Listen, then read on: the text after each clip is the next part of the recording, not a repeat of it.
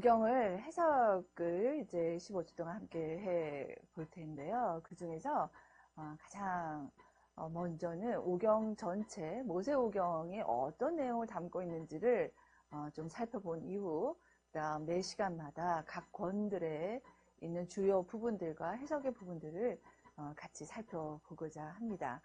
자, 첫 번째로 이번 주에는 모세오경의 괴간을 한번 같이 살펴보고자 해요. 자, 여기에 이제 그림들이 보여지죠? 이 그림들이 무엇을 얘기하는 것 같습니까? 이제 보시니까 아시겠죠? 맞아요. 두루마리로 보여지죠? 네. 이것은 워낙 모세오경이 쓰여졌던 형태의 모습을 좀 소개하고자 이렇게 넣었어요. 보면 이쪽에 가죽으로 되어져 있는 부분이 보이죠? 가죽 양피 같은 데에 가죽에다가 성경을 써서 기록하기도 하였고, 중앙에 있는 그림이 이게 뭔가 하죠? 보기 좋으라고 넣은 건 아니고 파피루스 식물이에요. 오른쪽에 있는 두루마리는 이 파피루스 식물을 자르고 말리고 이렇게 망치치고 붙이고 해서 두루마리로 만들어진 것이 여기 오른쪽에 있는 파피루스 두루마리입니다. 이렇게 이 두루마리에 모세오경이 쓰여진 것을 우리가 볼 수가 있어요. 이번 시간에 학습하게 될 강의 목표와 내용을 확인해 보세요.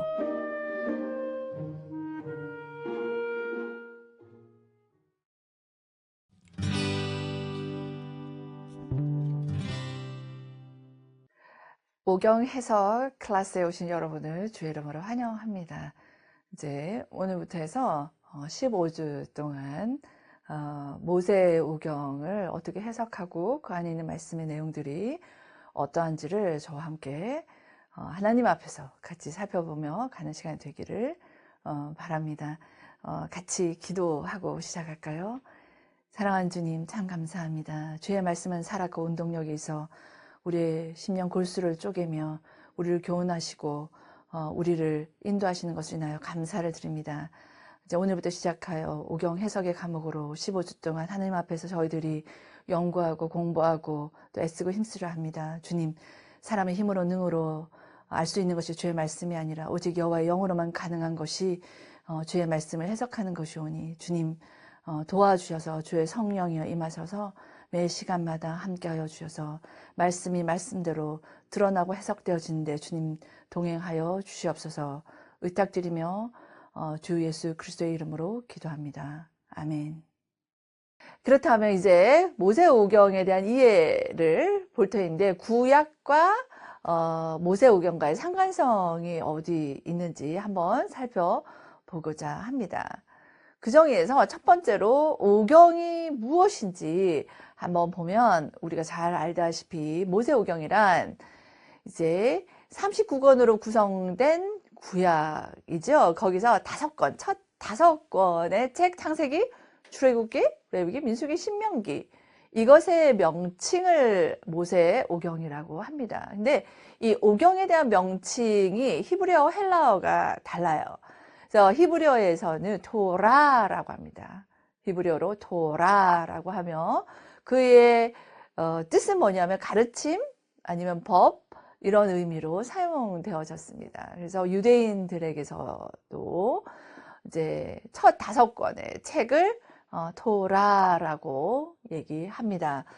그리고 이제 헬라어 명칭으로는 펜타투코스라고 되어져 있어요.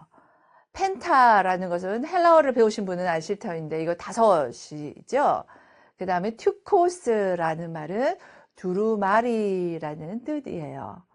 그래서 펜타투코스라는 것은 5권으로 책으로 구성된 책이라는 의미를 가지고 있습니다.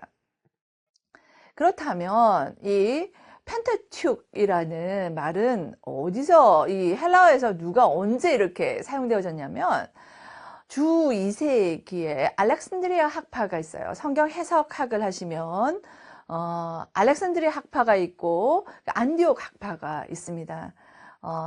가장 먼저 세워진 성경 해석하는 학파가 알렉산드리아 학파라고 해요. 거기에 오리겐이라는 학자가 요한복음 4장 25절을 주석하면서 가장 먼저 쓰게 된 것이 펜타투코스라는 펜타툭의 유래가 된 이 말을 가장 먼저 사용을 하게 됩니다. 그리고 이제 70인경 아시죠? 70인경에 이렇게 쓰는데 LXX로 보여지는 거 있죠? 이 모양, 이것이 L이라고 쓰여지는 거 50이고 X 된 게 10을 의미하니까 70인경이에요. 2X라지가 아닙니다. 이 70인경은 주전 250년에서 150년 사이에 70여 명의 학자들이 모여서 만들어진 이 성경이죠. 그때 토라를 뭐라고 했냐, 노모스라고 얘기를 합니다. 그래서 율법으로 번역하여 이제 율법서로 이렇게 인정하고 보게 된 것이지요. 이렇게 히브리어와 헬라와 이제 70인경에 있어서 명칭을 가지고 있습니다. 자, 그 다음 장면을 보면 여기 할아버지 한 분이 계시죠?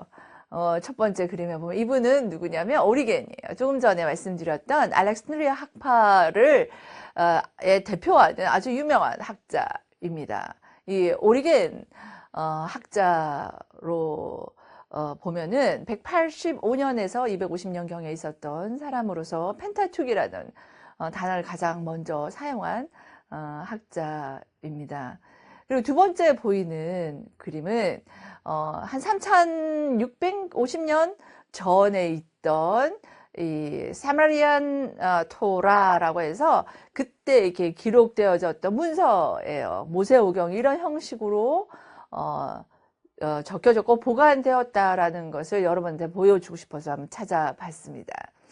그리고 그 옆에 있는 것이 우리 지금 가지고 있는 히브리어 성경의 창세기 1장의 모습이에요. 이렇게 모세오경은 이렇게 기록되어지고 또 전수되어져서 저희들이 사용하고 있습니다.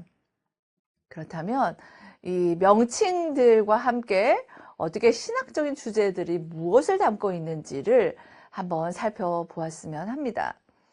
우리가 한글 성경에는 창세기, 출애굽, 레위기, 민수기, 신명기로 되어 있죠. 70인가 라틴어에서는 이렇게 되어 있고 이제 라틴역의 명칭과 의미도 볼 수가 있습니다. 그리고 히브리어 명칭과 의미, 신학적 주제 이 카테고리를 한번 살펴보면 창세기는 인류와 또한 유대인의 기원을 담고 있는 것이 창세기죠. 히브리어는 베레시트라고 해요. 베레시트. 태초에라고 되어 있습니다. 여기 책들의 첫 번째 단어, 첫 번째 절에 있는 그 첫 번째 단어가 책 명칭으로 모세오경에 있어서 히브리어로는 되어 있어요. 거기 있는 신학적 주제로는 하나님께서 하나님의 백성을 어떻게 선택하셨는지가 담겨져 있습니다. 족장들을 통해서 그것이 어떻게 선택되어져 있는지 아담과 하와 이후에 여러 족장들을 통하여 하나님께서 그들을 어떻게 선택하셨는지가 담겨 있는 것이 창세기의 주제라고 할 수가 있겠어요. 그러면 출애굽기는 엑소더스라고 하죠. 이것은 애굽을 떠나온 얘기가 담겨져 있어요. 베엘레 쉐모트라고 해서 히브리어는 그리고 그 이름들이라고 책이 제목이 되어져 있습니다. 우리가 알다시피 여기의 주제는 하나님께서 그의 백성을 향한 구속이 주제로 되어 있습니다. 창세기 끝에 부분에 있어서 이제 애굽으로 민족이 내려가게 되죠. 요셉을 통하여서 내려가게 되고 그곳에서 자리를 잡고 있다가 이제 고통을 받고 억압을 받고 이제는 그 애굽에서 출애굽해서 하나님께서 약속하신 가나안 땅으로 들어가기까지 그 구속하심이 어떻게 구속하셨는지가 담겨져 있는 큰 주제입니다. 그리고 레위기에 있어서는 영어로는 레비티커스라고 하죠. 이것은 레위인들의 책으로 볼 수가 있습니다. 바이크라라고 해서 그가 불렀다라는 히브리어 명칭을 가지고 있고요. 하나님께서 그의 백성을 부르셔서 어떻게 하셔요? 네, 시내산 위에서 그 백성을 정결하는 것이 어떤 건지, 하나님의 백성답게 어떻게 정결과 거룩을 지켜가야 될지를 기록하고 있는 책입니다. 그 다음 네 번째 책은 Numbers라고 하고 있어요. 우리가 알다시피 계수하는 내용이 들어가 있어요. 인구 조사가 담겨져 있죠. 근데 신기하게도 히브리어 명칭은 베미드바르라고 되어 있어요. 베미드바르. 이것은 광야에서라고 해석이 가능해요. 제가 볼 때는 이 민수기의 제목이 광야에서라고 아주 잘 붙어져 있는 것 같습니다. 왜냐하면 그 안의 내용을 보면 하나님께서 그 이스라엘을 광야 가운데서 어떻게 인도하셨는지가 아주 상세히 담겨져 있습니다. 물론 인구 조사하는 내용도 담겨 있습니다만 하나님의 인도하심이 광야 속에서 어떻게 신실하게 나타나셨는지가 담겨져 있습니다. 그리고 민수기는 두트로노미라고 해서 여기는 다시 하나님께서 이스라엘에게 율법을 준 내용이 적혀져 있지요. 하데바림이라고 해서 그 말씀들이라고 히브리어로는 되어져 있습니다. 하나님께서 이제 모세를 통하여 이스라엘 백성을 광야에서 인도하신 이후에 가나안 땅 들어가기 전에 요단강 편에서 어떻게 합니까? 다시 그들에게 언약을 하세요. 언약 갱신이 일어납니다. 율법을 다시 주세요. 왜냐하면 첫 번째 세대는 광야에서 다 죽게 됐어요. 죄로 말미암아 다 죽고, 이제는 이스라엘로 해서 다시 이제 가나안 땅으로 들어가는 세대는 두 번째 세대인 거예요. 두 번째 세대이다 보니 첫 번째 아버지의 세대에게 줬던 율법은 어떻게 됐을까요? 그건 아버지 세대에 줬고, 이제는 언약을 땅에 들어가는 그 이스라엘 두 번째 광야에서 태어난 그 세대들에게 하나님께서는 다시 언약을 갱신하시는 것이 필요했어요. 그 언약이 어떤 의미인지는 조금 뒤에 다시 한번 우리가 살펴보도록 할 텐데요. 이 백성을 그래서 언약을 주시고 율법을 다시 주심으로 그 백성을 교훈하시는 내용이 이 신명기에 담겨져 있고, 이렇게 명칭들과 신약적인 주제들은 이 모양으로 정리를 할 수가 있겠습니다.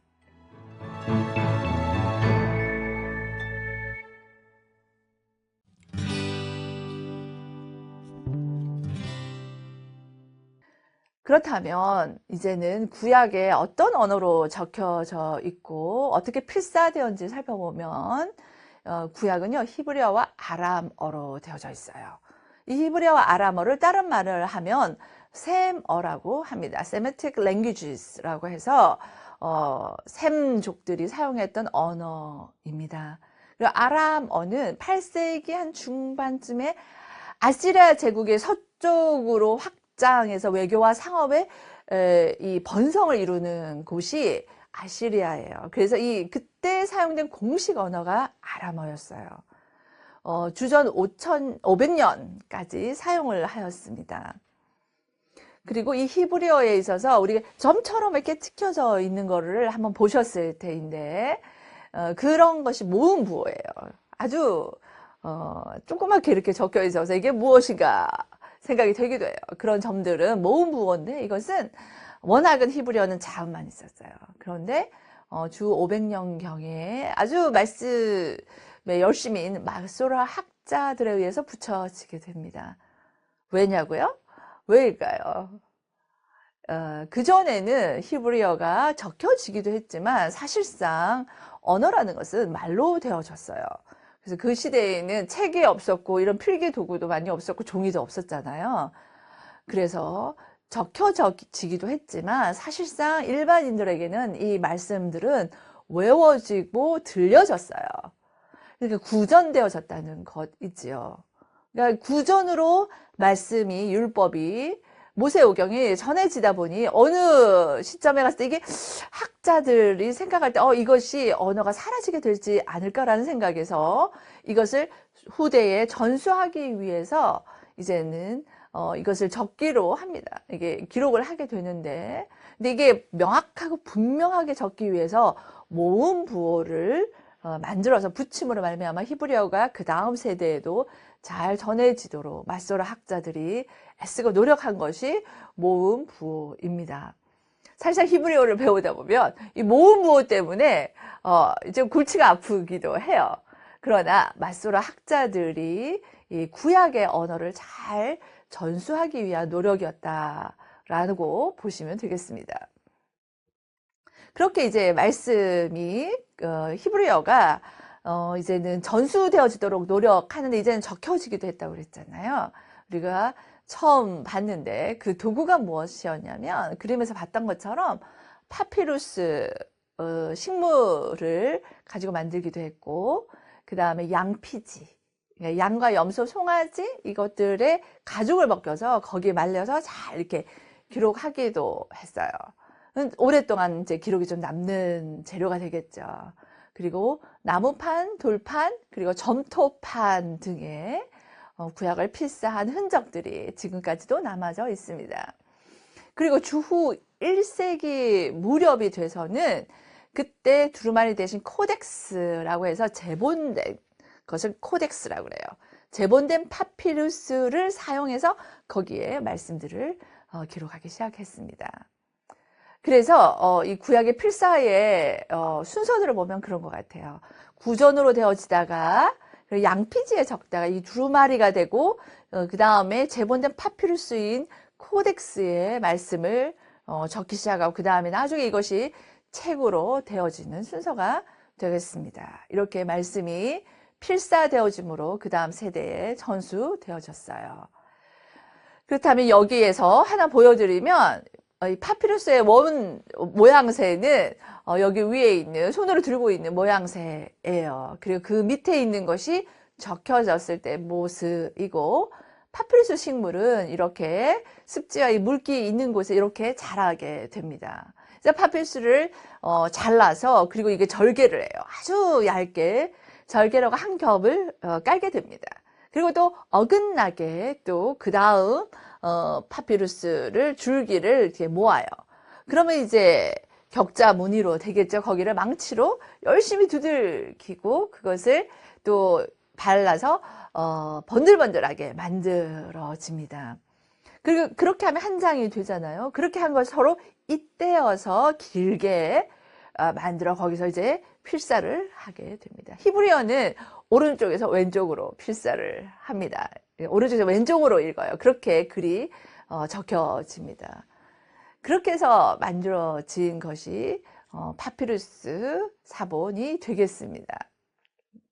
그 사본은 여기 나타나는 것처럼 이런 모양새로 잘 보존되어져서 열심히 쓰고 그것이 잘 보존되어져서 지금까지 아주 유명한 히브리 대학과 그 다음에 하버드, 예일 이런 곳에 이 사본들이 많이 남아져서 후대에 있는 저희들에게 성경 연구에 큰 도움이 되는 사본들입니다. 이렇게 구전되어졌다가 적혀진 히브리어이고 이것이 모세오경이 적혀졌는데 그의 기원을 보면 이 옆에 있는 지도에서 보는 것처럼 메소포타미아 지역이 있고 그리고 우가리 지역이 있죠. 네, 거기에 가나안도 있고 있는데 여기에 보면은 세머라고 있어요. 셈족이 사용한 것인데 이게 조그맣지는 않아요. 보면은 셈족이 부분에 있었어요. 왜냐하면 동부세머를 바벨로니아 아시리아어라고 해요. 메소포타미아 지역이죠. 그리고 북부에 있었던 세머가 아람어, 페니키아어들을 세머족의 언어의 이 족보에 들어가게 돼요. 그리고 서부 세머라면 서쪽에 가나안하고 우가릿하고 있죠. 이쪽을 보면 가나안어, 모압어, 우가릿어, 히브리어 그 지역을 뭐라고 했냐면 서부 셈어라고 했어요. 그리고 남부 셈어는 남쪽으로 내려오면 아랍어, 에티오피아어를 이런 언어들을 남부 셈어라고 합니다. 그러고 보니 히브리어는 어디에 있나요? 네, 맞아요. 서쪽에 있죠. 서쪽의 우갈이 가나안 지역이라고 되어 있는 그쪽이 서부 세머에서 왔어요. 그래서 우가리어, 시편을 공부하려면 우가리어를 알아야 되는데, 보면 왜냐하면 이 공통되는 부분들이 많아요. 지역이 비슷하다 보니 이 언어의 구성과 그 발전이 비슷합니다. 그래서 히브리어는 서부 세머 쪽의 기원을 가지고 있는 것을 볼 수가 있어요. 근데 이 이제 모세오경과 이 구약과 이 어떻게 정경과의 연결성을 한번 살펴본다면, 이제 율법을 토라라고 한다고 했어요. 그것은 모세오경을 얘기를 합니다. 이 구약에는 또한 선지서라는 거 있죠. 히브리어는 네비임이라고 해요. 네비임이라고 하고, 성문서는 케투빔이라고 합니다. 케투빔이라고 해서 이렇게 세 개, 율법과 선지서와 성문서로 되어져 있지요. 이것이 워낙 유대인들에게 있어서의 정경으로 여겨집니다. 그래서 첫 번째 글자, 토라의 T와 네비임의 N과 케투빔의 K 있죠. 사실은 타우와 눈과 카프이죠. 이것이 모여져서 뭐라고 타나크라고 해요. 타나크. 유대인들이 보는 말씀을 뭐라고 하냐면 타나크라고 합니다. 그래서 율법과 선지서와 성문서 이 세 가지로 되어져 있습니다. 그렇다면 우리 39권이 되어진 이 구약은 언제 되어졌냐면 주후 90년경에 얌리아 회의에서 이것이 정경으로 인정되어졌습니다. 그 중에서 이제 우리가 15주 동안 볼 것은 이 모세오경이지요. 이 구약에 특히 사본들, 번역본들, 이제 해석에 있어서도 이 번역본들을 이해하는 것이 중요해요. 첫 번째 이 사본들 중에서 하나는 사해 사본이 되겠습니다. 사해 사본은 데드시 스크롤이라고 하죠. 이 사해 사본은 1948년 경에 이제 젊은 베두인의 유목민을 얘기하는데, 그 목동이 이 양을 잊어버린 거예요. 그래서 찾아 나서게 됩니다. 그 지역이 이제 굉장히 이 드라이해요. 물기도 없고 이게 아주 험악한데 이 양이 어디로 갔을까 해서 막 찾아 나서게 됩니다. 나서다가 어디 있는지 불러오고 다니다가 이제 돌을 던지게 되는데, 저기 보니까 구멍이 난 곳이 있는 거예요. 올라가기는 그래서 거기를 돌을 던지게 됩니다. 근데 매 소리가 들리는 것이 아니라 쨍그랑 소리가 들리게 되는 거예요. 그래서 이게 뭔가 하고 올라가 보니 거기에 항아리들이 있고, 거기에서 좀 전에 봤었던 그런 사본들이 발견이 되게 됩니다. 이 목동을 통해서 발견하게 되어져요. 그것은 서쪽의 쿰란이라는 지역인데요. 거기에서 11개 동굴이 발견이 됩니다. 그래서 그 발견된 사본들은 기원전 2세기 경에 있는 사본들이 발견이 되어진 것이죠. 현존하는 사본 중에서 가장 오래되었고 역사적으로 문헌적으로도 가치가 가장 큰 사본을 사해 사본이라고 합니다. 여러분들이 주석들을 보시면 여기 맨 밑에 있는 것처럼 원, Q, I, S, A 뭐 이런 기호들이 보여질 거예요. 이것이 뭔가 했었을 터인데, 이것은 뭐냐면 사해사본의 표기법입니다. 원, Q, I, S, A라고 예를 들면 이런 게 나타난다면 무엇을 얘기하냐면, Q는 쿰란의 동굴을 얘기할 때 Q라고 해요. 그리고 1 되어 있는 이것은 가장 먼저 발견된 첫 동굴을 1이라고 얘기해요. 그래서 이것을 해석하자면 쿰란의 첫 동굴에서 가장 먼저 발견된 IS는 이사야서를 얘기해요.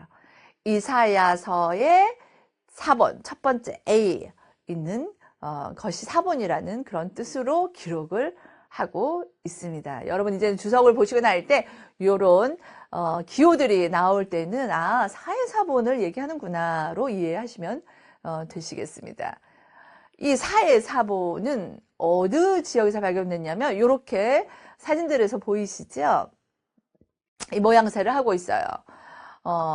이 맨 아래에 있는 곳이 사해사본입니다. 많이 이렇게 부서진 부분들이 보여지죠. 그리고 왼쪽에 위쪽에 왼쪽에 있는 그림을 보면 그 쿰란 지역에 있었던 쿰란 공동체 삶의 터전의 모습입니다. 이 지역에 누가 살았냐면 이제 그 예수님이 오시기 전에 이 유대인들이 정치와 결합을 하게 되는 거예요. 이제 말씀을 따라 하나님을 중심으로 살아가야 될 텐데 정치 때문에 많이 타락을 하게 됩니다. 그래서 이 말씀이 흐려지게 되고 시대의 이 정치를 따라서 이게 많이 타락한 모습을 보이게 되어요. 그러자 한 일부의 사람들이 우리는 말씀대로 살고 우리 구별된 삶을 살자 라고 하며 이 말하자면 후대의 청교도 운동처럼 이제 정결하고 거룩하게 우리가 구별된 삶을 살자 해서 어떻게 했냐면 자신들끼리 이제 뭉쳐서 한 지역으로 옮겨가게 됩니다. 그것이 쿰란이라는 지역에 가서 지내게 되어서 쿰란 공동체라고 명칭을 하게 돼요. 이 쿰란 공동체는 뭐의 특징이 있냐면 말씀을 사모해요. 그래서 말씀을 또한 필사를 하게 됩니다.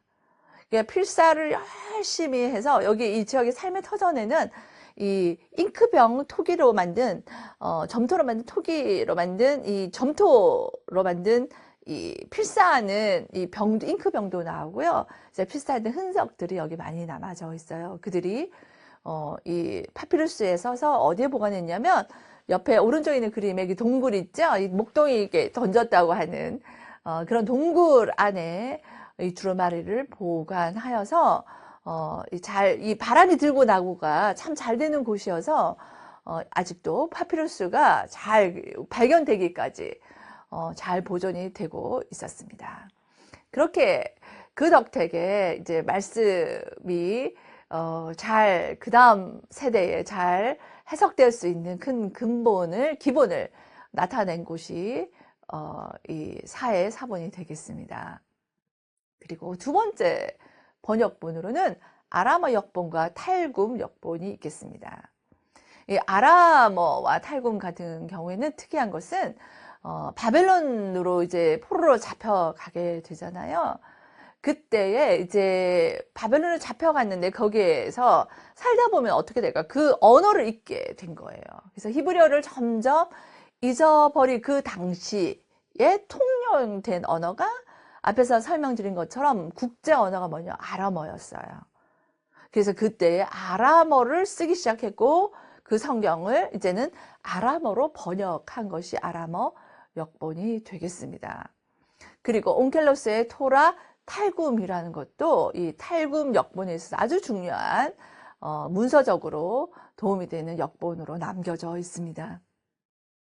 세 번째로 우리가 좀 알아야 될 역본은 시리아 역본으로서 페시타라고 합니다. 이것은 주 4세기 경에요 발견이 됐습니다.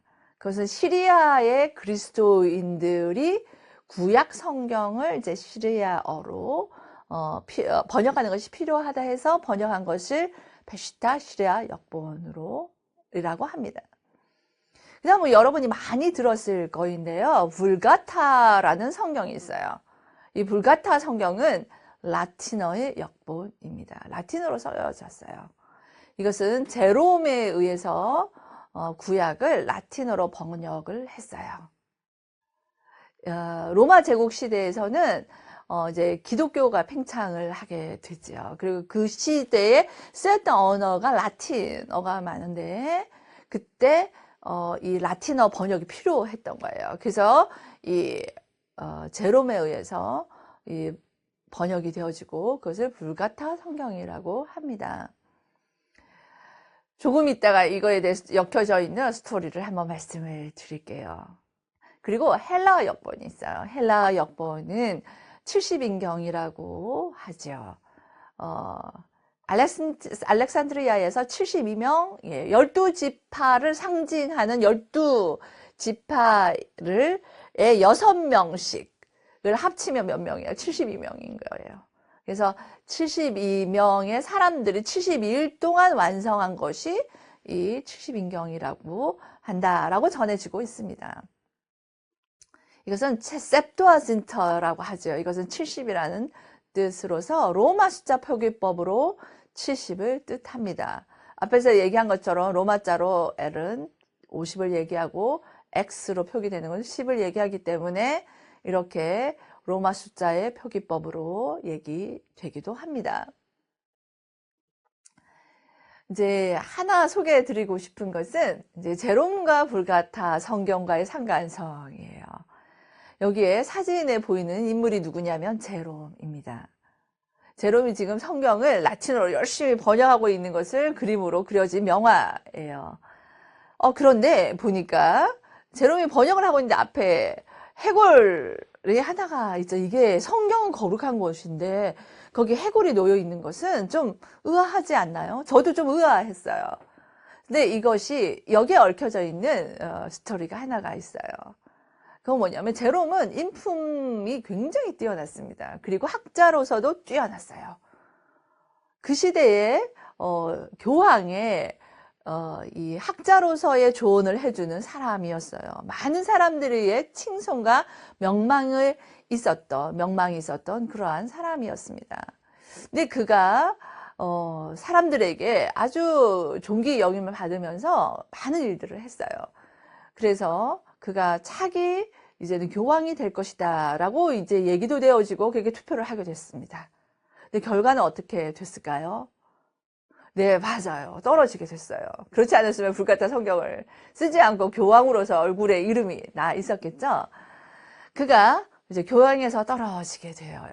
그러자 이제 아무래도 심적으로 낙심을 하게 됐어요. 그래서 이제 베들레헴에 가서 이제 시간을 좀 보내게 되어집니다. 그런데 들려오는 소리가 있어요. 어떤 소리가 들리냐면 어떤 한 지역에서 그곳에서 아이들의 뼈들이 수북히 발굴이 되어진 것을 듣게 되어집니다. 그래서 그곳을 가게 되어져요. 여러분, 아이들의 뼈들이 막 있는데 그 뼈들이 무엇일까요? 네, 맞습니다. 그것은 뭐냐면 예수님이 태어날 시기에 헤로드 왕이 2살 아래의 아이들을 다 죽이라고 했잖아요. 그 아이들의 매장되었던 지역이 발견이 된 것이죠. 사실 이스라엘의 장례 문화는 매장하는 것이 아니고 예수님께서 장사되었을 때 돌무덤에 이렇게 안장되었던 것 아시잖아요. 그것이 그들의 문화였어요. 그런데 이렇게 매장된 것은 특별한 계기였는데 그것은 예수님이 태어날 때 죽임을 받았던 아이들의 매장되었던 곳이었던 것입니다.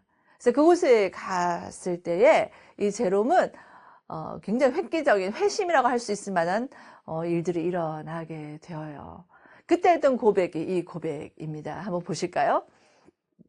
아기들은 태어나서 예수님을 단 한 번도 보지도 못했는데도 예수님을 위해 죽어간 첫 번째 순교자가 되었구나. 그런데 나는 남들이 누려보지도 못했던 존경과 지혜를 누려보았고 교황들이 행사할 수 있다는 그 권력도 누려보았는데 단지 내가 교황이 되지 못했던 이유로 지금 이곳 예수님이 태어난 곳 이 베들레헴에서 그 예수님을 원망하며 하루하루를 보내고 허비하고 있구나. 나는 이 아이들보다 못한 사람이 바로 나구나. 라는 탄식으로 그의 마음이 바뀌어지게 돼요.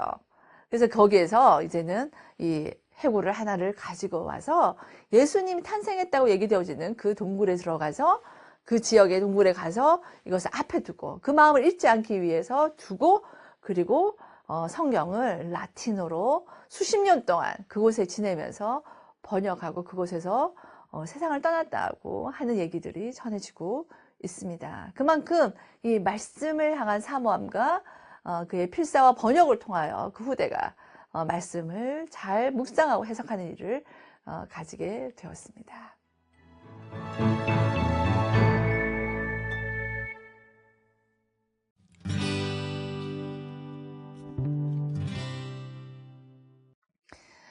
이제 그렇다면 이 모세오경이 앞에서 이제 번역되고 어떤 언어로 기록된 것을 보았다면 이제는 이 지리적으로 이 모세오경이 스토리 가운데 되어지는 그 스토리가 이루어진 지역, 스토리만 아니라 그 역사적으로 어떤 지역을 배경을 하고 있는지를 한번 지리적 위치를 살펴보고자 해요.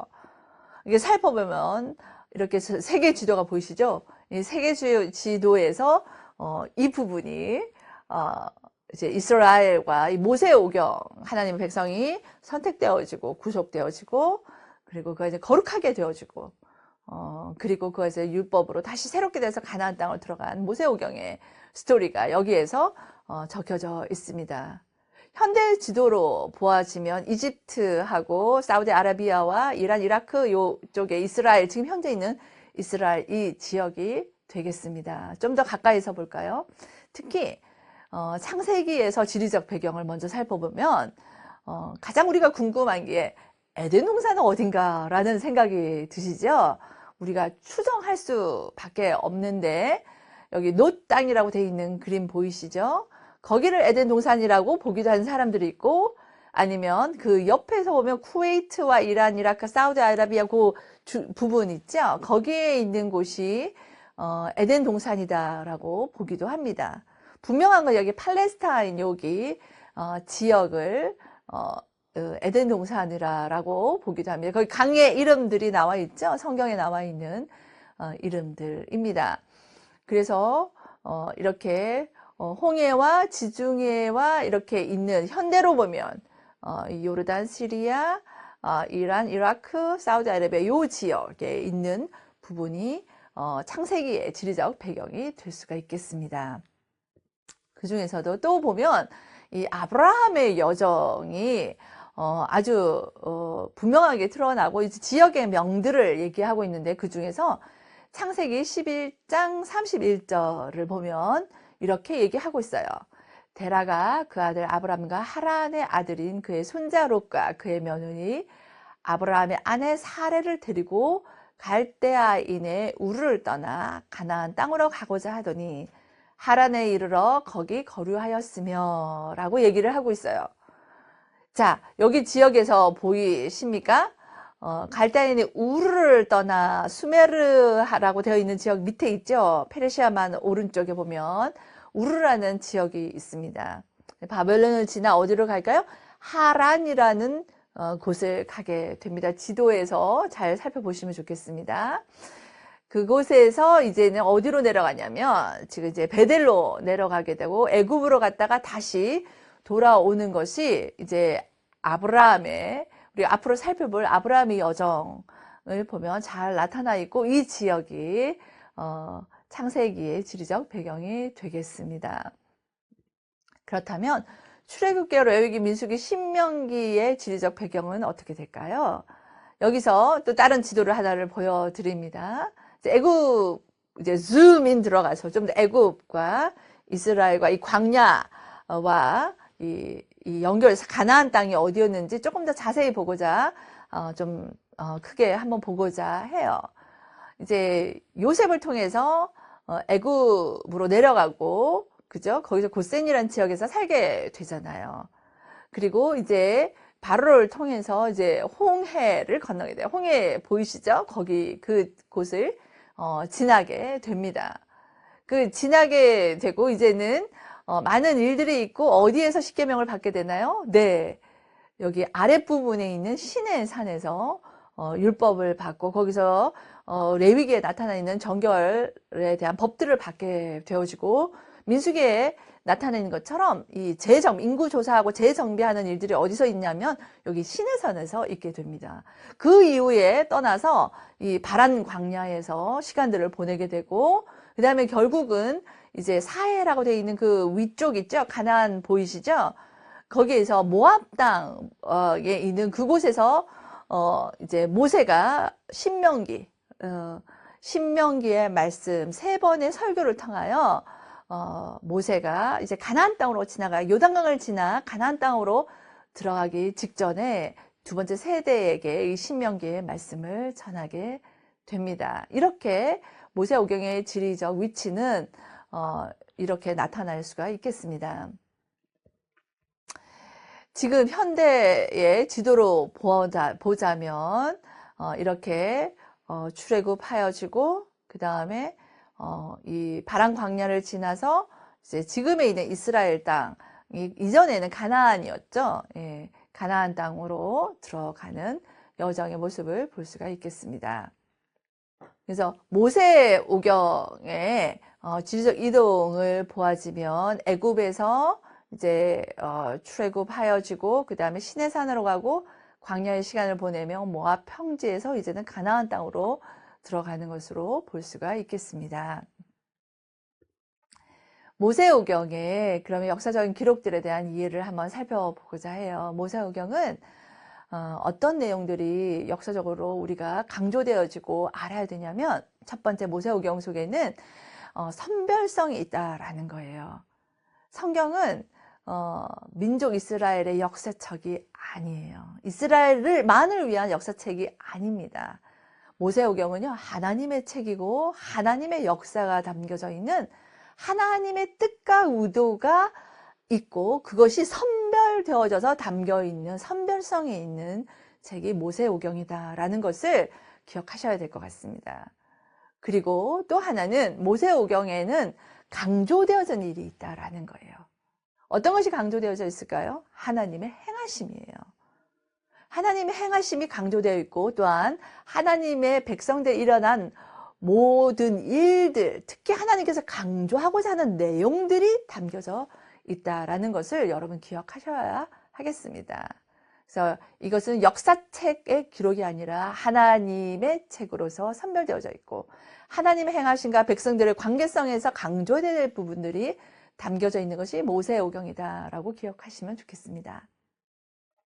그리고 모세오경과 고대 사회와 문헌의 형식을 살펴보면 그에 대한 해석에 있어서 어떤 것이 중요한지를 한번 봐야 될 것 같아요. 특히 오류로 생각하는 얘기들이 있어요.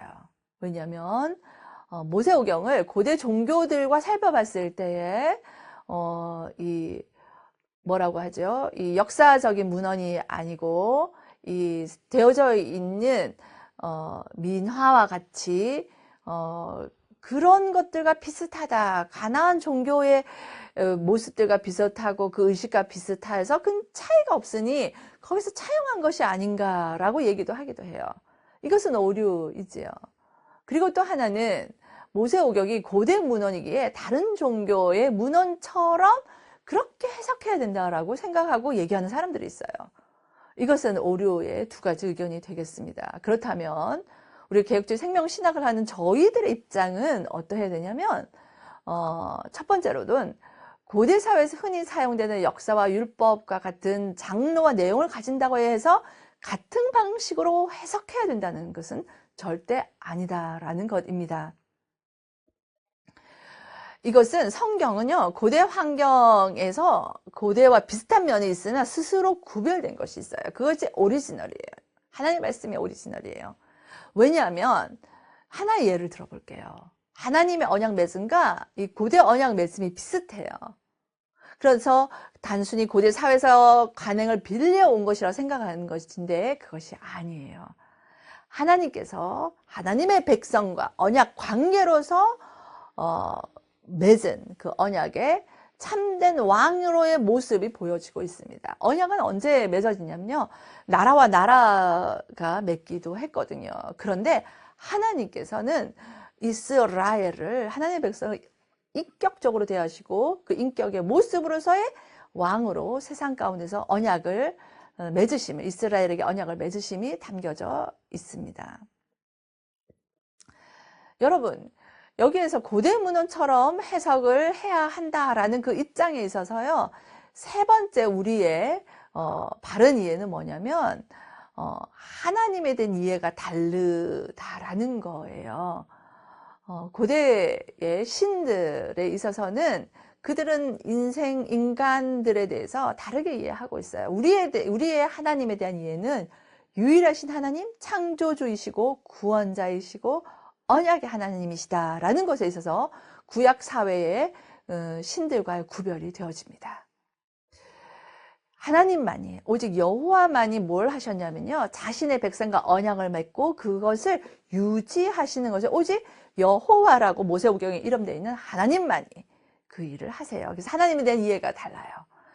또 하나는, 네 번째로는 인간에 대한 이해가 달라요. 인간은 고대 사회에서는 그 신들에게는요, 그냥 종처럼 부림을 받는 것이 인간이에요. 그런데 우리 성경에 나타나 있는, 모세오경에 나타내는 인간의 모습은 하나님의 형상으로 창조된 인간이에요. 하나님의 형상을 가진 인간이기 때문에 인간 이해가 서로 다릅니다. 그리고 인간의 이해는 하나님의 사랑의 대상이라는 거예요. 고대 종교들에 있어서는 부리는 종들의 개념에 이게 부리고 시키고 이렇게 심부름시켜 먹는 그런 인간이었다면, 성경에서 나타내는, 특히 모세오경에 있어서는 하나님의 절대적인 사랑의 대상이 우리 인생이다라고 확실하게 얘기를 하고 있습니다. 모세오경에 그러면 저자는 누구일까요? 모세오경의 저자는 모세임을 성경 자체가 증거를 하고 있어요. 그 예들을 몇 가지를 여러분한테 보여드릴까 해요. 오경 자체의 증거는 출애굽기 17장에 나타나 있습니다. 다 같이 한번 읽어볼까요? 여호와께서 모세에게 이르시되 이것을 책에 기록하여 기념하게 하고 여호수아의 귀에 외워 들리라 라고 얘기하고 있습니다. 민수기 33장 2절에도 보면 모세가 여호와의 명령대로 그의 노정을 따라 그들이 행진한 것을 기록하였으니 그들이 행진한 대로 노정은 이러하니라 라고 얘기하고 있고, 모세가 여호와의 명령대로 뭐 했다고요? 그것을 기록했다라고 얘기하고 있습니다. 신명기 31장에서도 또 모세가 이 율법을 써서라고 얘기하고 있어요. 이처럼 모세오경 자체가 모세가 저자인 것을 증언하고 있습니다. 그 다음에 구약 성경에서 어떤 것을 모세가 저자임을 증거하는 예들을 몇 가지를 한번 살펴보고자 해요. 여호수아 1장 7절에서 8절에서도 나의 종 모세가 내게 명한 율법이라고 얘기를 하고 있어요. 이 율법책을 내 입에서 떠나지 말게 하며 주야로 그것을 묵상하며 그 가운데 기록한 대로 어떻게 하라고요? 다 지켜 행하라 라고 되어 있습니다. 그 다음 여호수아 8장에 서서도 모세의 율법책에 기록된 대로라고 얘기하고 있고, 여호수아 8장 32절 그 다음 절에도 보니까 여호수아 거기서 모세의 기록한 율법을 하고 돌 위에 기록하매 라고 해서 돌에 기록한 것이 모세인 것을 얘기하고 있습니다. 열왕기 상에서도 보아도 거기는 모세의 율법에 기록된 대로라고 얘기를 하고 있어요. 이렇게 구약 성경 자체가 모세가 저자임을 증거하고 있습니다. 그렇다면 신약 성경은 어떠할까요? 네, 당연히 모세가 증거했다고 얘기를 하고 있습니다. 요한복음 5장 46절을 보면 모세를 믿었더라면 또 나를 믿었으리니 이는 그가 내게 대하여 기록하였습니다. 누구의 말씀 같으세요? 예수 그리스도께서 친히 말씀하신 것입니다. 기록하였다라고 얘기를 하고 있어요. 그리고 7장에 요한복음 7장 19절에도 보면 모세가 너희에게 율법을 주지 아니하였느냐 라고 얘기를 하고 있어요. 이 율법을 모세가 기록하였다고 주님께서 말씀하시고, 로마서 10장 5절에도 보면 모세가 기록하되 율법으로 말미암는 의를 행하는 사람은 그 의로 살리라 하였거니와 라고 해서 모세가 기록하였다고 신약 성경 또한 증언하고 있습니다. 또한 유대인들의 문헌을 보면 탈무드에도 모세의 책으로 되어 있고요. 미시나에도 요세푸스도 모세의 저작권을 인정하는 내용이 담겨져 있습니다. 근데 하나 더 예를 이제 소개하고자 하는 것은 문서설의 입장이에요. 이 문서설은 배경을 하나 말씀을 드리자면 그 역사적 배경이 18세기와 19세기에 근거를 두고 있는데요.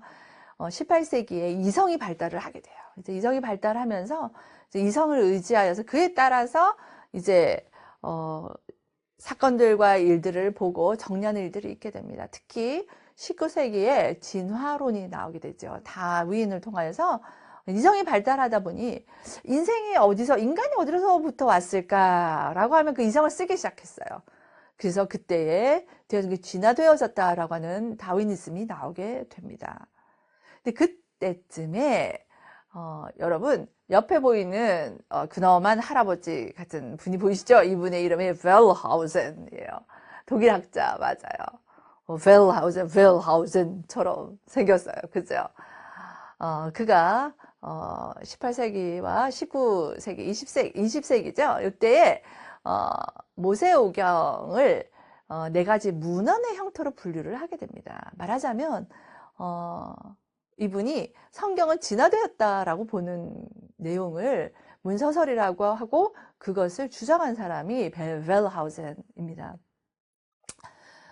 우리는 이 입장을 지지하지 않고 받아들이지 않습니다. 하나님의 말씀은 살았고 운동력이 있고 일단 그 말씀은 하나님 성령의 감동으로 된 것을 우리에게 주어졌다라고 믿고 우리가 나아갑니다. 그런데 그때 18, 19세기의 계몽주의와 진화론 그 시대에 이 말씀된 궁금증을 가지고 이 웰하우젠이 이렇게 문서화 되어져서 이전부터 해서 차츰차츰 조합되어지고 짜집게 되어져서 이렇게 진화되어져서 우리에게 왔다라고 얘기를 해요. 그것이 어떤 문서가 있냐면 J라는 문서가 BC 850년경에 여호와라는 이름, 로드라고 주라고 사용되는 문서가 먼저 있고 그 다음에 내려오다가 이제 BC 750년경에 엘로힘이라는 이 문서와 합쳐지고 이게 수정 갱신되어져서 D 문서라는 것을 만나서 이제 합쳐진다. 유대교의 순수성 강화를 하는 문서가 있다라고 발견된 건 아니고요. 문서가 있다고 하고 그것이 D 문서라고 합니다.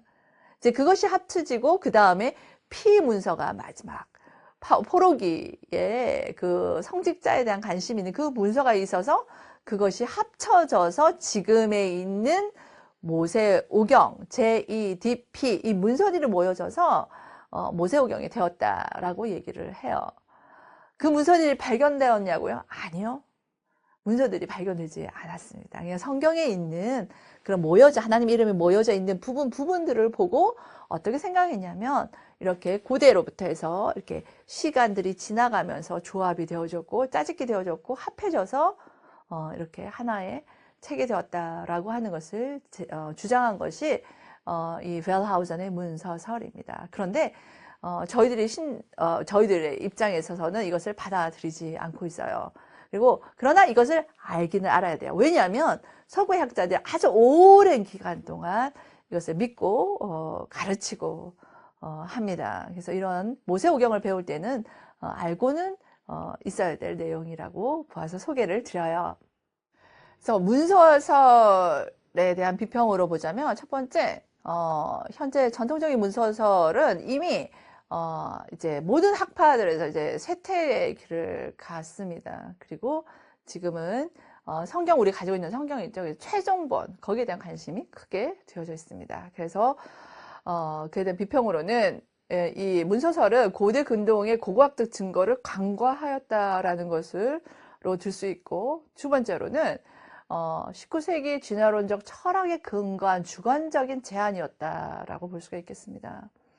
그리고 하나님에 대한 서로 다른 이름, 엘로힘, 야훼 이것이 사용된 것이 사실상은 그 본문 안에서의 문체나 신학적 이유로 사용되었다라고 보는 것이 더 합당합니다. 그렇기 때문에 그것 때문에 다른 문서다라고 생각하는 것은 근거 없는 일이라고 볼 수가 있겠습니다. 그리고 오경의 내러티브 중에 이제 중복되는 기사들이 있어요. 그런 것들은 의도적으로 사용된 문학 기법이죠. 그것 가지고 짜집기 되어졌다. 다른 문서로 되어진 두 가지의 내용이다라고 볼 수는 없다라는 겁니다. 구약 성경에 있어서는 다시 한 번 더 두 번 반복이 되어지고 세 번 반복되어질 때는요. 강조하는 말씀의 기법입니다. 저희들에게 주시는 하나님의 메시지가 강조하고자 할 때는 중복된 기사들로 이렇게 적혀져 있습니다. 그래서 오경에 대한 최근의 연구에는요. 문학적 접근 방법을 사용해서 이 모세오경이 통일된 하나님의 말씀이다라는 것이 최근의 연구 또한 해석의 중요한 키 포인트가 되고 있습니다. 그리고 또 하나는 탁월성을 보여주고 있다는 것을 이제 증명하는 것. 이것이 최근 연구의 모습이다라고 보시면 되겠습니다. 그래서 오늘 배운 것을 한번 정리해 보자면 모세오경은 창세기, 출애굽기, 민수기, 신명기를 말하는 것이죠. 그리고 고대 근동과 지리적, 역사적, 문학적 연결성과 유사성을 가지고는 있어요. 그건 부인하지 않으나 분명히 알아야 될 것은 하나님의 역사의 선별성, 그리고 하나님의 뜻의 강조성, 이것이 담긴 하나님의 말씀이다 라는 것으로 우리가 믿고 이것을 해석하고 나아가야 하겠습니다. 그리고 모세오경의 역사적 기록과 문헌의 형식은 고대 역사 기록과 문헌들과 차별성이 있다라는 거예요. 하나님의 유일성이 다르고 인간과 언약을 맺으신 인간의 인격적으로 대하시고 하나님의 형상으로 창조된 인간이다라는 것에 차별성이 있음을 고대 문헌들과 고대 스토리들과 기사들과의 다른 차별성이다라는 것을 기억하시기 바랍니다. 그리고 또한 모세오경의 저자는 다른 것이 아니고 문서들의 조합이 아니라 모세가 모세오경을 기록한 것을 성경 자체가 구약과 신약이 증거하고 있다라는 것입니다. 이렇게 오늘 배운 말씀을 정리할 수 있겠습니다.